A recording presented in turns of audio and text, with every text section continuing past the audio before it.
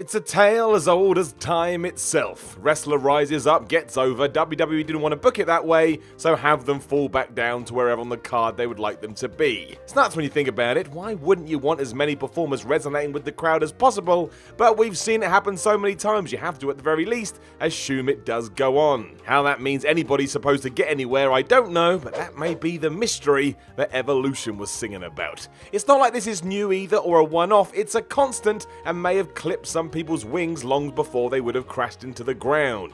It's almost like they'd have been better not doing anything at all and waiting for a different opportunity. I'm Simon from What Culture, and this is 7 wrestlers WWE punished for getting over. Number 7, Fandango. Chris Jericho was meant to fight Ryback at WrestleMania 29 in a match which was going to help the big guy get more over than he already was. It would have worked. Jericho was a star, and losing to him on the biggest show of the year meant something. And from nowhere, Vince McMahon changed his mind. Fandango, who had been dancing down entranceways, was the new pick, and in a move that shocked everybody, he won. Served Y2J right for never properly learning his name. Disrespectful so-and-so. This sparked something because on the following night's Raw, the crowd spent the entire time singing Fandango's theme music in what undoubtedly took him to a new level. Where it could actually go was anybody's guess, but still, on paper at least, the real-life Johnny Curtis was ahead of where he was meant to be. Fandangoing became a thing overnight, and here in the UK, the track almost broke into the top 40 music chart, which is ridiculous. It was like the early 90s all over again. WWE didn't care for this though and decided the song was more over than the man himself, and they had him lose to Jericho at the next pay-per-view. They then slowly moved him back down the card and hoped that nobody noticed. It worked, and before we knew it, it was as if none of this had even happened at all. Number 6, Damien Sandow. Damien Sandow was an oddity in WWE. The intellectual savior of the masses gimmick had legs, which was proven when he was the Money in the Bank winner. From there, however, it was like a character assassination. Breaking the usual run of people becoming champ after getting the briefcase, he fell so fast it was like he had insulted Vince McMahon personally. He was given comedy character after comedy character, including impersonating Hugh Jackman on Raw. I mean, what was that? The nail in this coffin would surely come when he was partnered with The Miz and told he had to be his stunt double. That could never work, but that wasn't the case. Sandow, or Mizdow, started to get crazy reactions from the crowd as he imitated The Miz move for move, and before long he was far more popular than his positioning on the card. It all built to the Andre the Giant Battle Royal at WrestleMania 31, where the only thing fans wanted to see was Sandow fight back against The Miz, throw him out and win the thing. WWE got half of that right. He did the first bit as fans roared their approval, but then was dumped out by the Big Show, something no one wanted at all. We never got a proper feud between the actor and his so-called underling, and instead, Sandow became an afterthought as he tooled away doing nothing before finally walking away from the company entirely. The frustrating thing is that it could have been so much more, but it simply wasn't part of the plan. And when you're not part of the plan, it doesn't matter what position you fall into, the sword of Damocles is waiting. Number 5, Bad News Barrett. Cody Rhodes was ahead of the game in 2013 and already showing the forward-thinking nature which 5 years later would see him be in charge of his own company. What a world. Not overly happy with how he was being used on TV, he became a regular on the JBL and Cole YouTube show and pretty much stole every scene he was in. If he wasn't allowed to do it on the big screen, he would do it here instead. Others caught on to this idea, including one Wade Barrett, who soon became Cody's right-hand man and the bearer of bad news. He was so good with it, he caught wind of the right people, and the gimmick was promoted to the main roster. Surprise, surprise, it was also a success there. Barrett launched himself into it with so much gusto you couldn't help, if nothing else, find it damn entertaining, and that's because it was. Clearly Vinnie Mac hadn't seen these skits beforehand, because as soon as it started to receive big reactions from the crowd, Barrett was told to tone it down because he was meant to be a heel. How crazy is that? Organically get some momentum only for it to be torn down like a tree. To make matters worse, this was soon replaced with the King Barrett gimmick where you had to carry around a scepter and wear a crown, and when you throw in the League of Nations, it was almost like Wade was in the doghouse because he did a good job. Anybody else surprised he left? No, me neither. Number 4, Daniel Bryan. You can't really say that WWE punished or buried Daniel Bryan too much.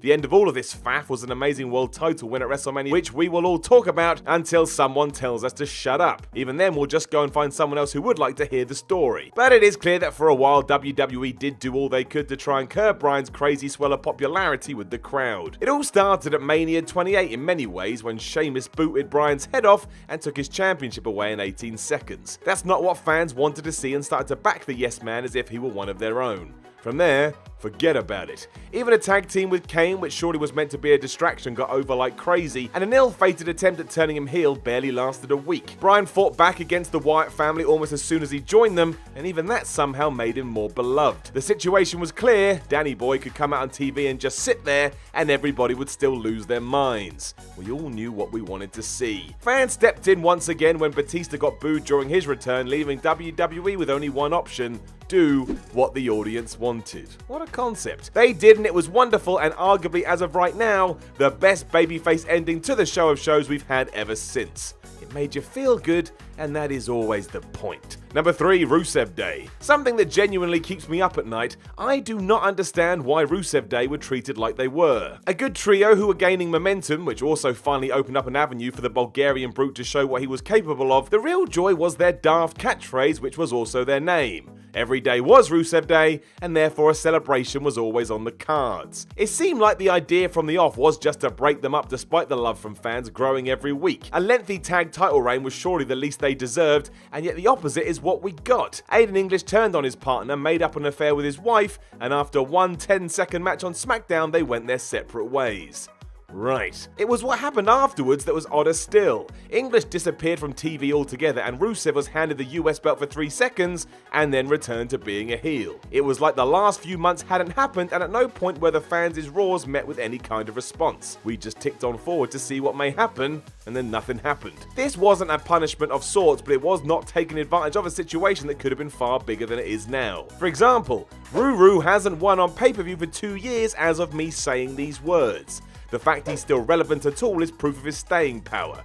Can we just give him a proper chance now, please? Thanks. Number 2, Cesaro. Not only a constant winner of the Wrestling Observer's Most Underrated award, but also finding himself at the end of Vince McMahon's brass ring speech on Stone Cold's podcast, there was an essence of hope for Cesaro in 2014. As crowd support slowly built thanks to the Swiss Superman's in-ring acumen and giant swing, WWE removed him from the Real Americans team and made him the winner of the first ever Andre the Giant Battle Royal. There was potential here to strike, and as it was the inaugural version of the multi-man brawl, surely WWE would let Cesaro talk about this until he was blue in the face. Not quite. Despite being paired with Paul Heyman on the following night's Raw, someone made the decision to calm all this down because it was getting too popular. The swing, for example, was removed from his arsenal, and after the fact it transpired that he was only put with Heyman to keep Brock Lesnar's advocate on TV. Cesaro started to get pinned left, right and center, and his big win at WrestleMania was barely mentioned. It was a proper 180 with no real explanation given, and of course today he finds himself in the bar. They're pretty good, but it was still an odd path that took him here, and oh, what could and maybe should have been. Number 1, Zack Ryder. In a role I'm sure he's not overly keen on, Zack Ryder has become the poster boy for someone getting themselves over and then suffering because of it on the other end. Buying into the idea that you have to make your own success, Ryder jumped on board with the YouTube revolution and smashed it out the park.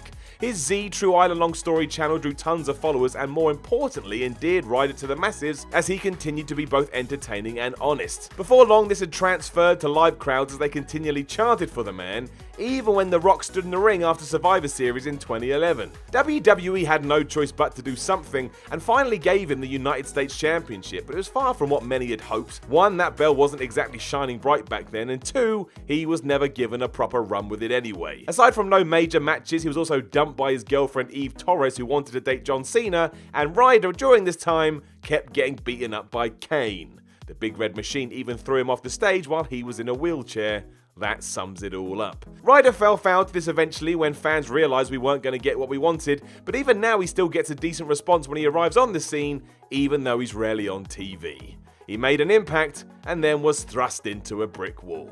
He is back on Raw at the moment as I do say these words as he re-teams with Kurt Hawkins, and given that I like Kurt Hawkins too, I'm gonna keep everything crossed that maybe, just maybe, this is finally where Zack Ryder gets his due. I mean, it would only be a tag team title win, but I'd be alright with that right now, because let's face it, what else does he get? If you don't know, he even got replaced in the Raw Rumble by Kurt Angle, and while I can understand that, it still sucked that day to be Zack Ryder, and that in itself sucks. Know of any other WWE superstars that got punished for getting over? Let us know in the comments below, and don't forget to like, share, and subscribe. Then head over to whatculture.com and read yourself some articles, and follow What Culture on Twitter at WhatCultureWWE. My name is Simon from What Culture, and I will talk to you again soon.